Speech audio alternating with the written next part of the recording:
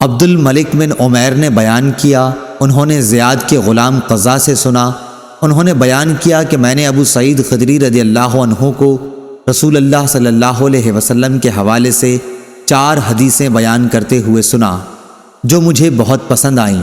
آپ صلی اللہ علیہ وسلم نے فرمایا کہ عورت اپنے شوہر یا کسی ذی رحم محرم کے بغیر 2 دن کا سفر نہ کرے، اور دوسری یہ کہ عید الفطر اور عید الاضحیٰ دونوں دن روزے نہ رکھے جائیں۔ تیسری حدیث یہ کہ صبح کی نماز کے بعد سورج کے نکلنے تک اور عصر کی بعد سورج چھپنے تک کوئی نفل نماز نہ پڑھی جائے۔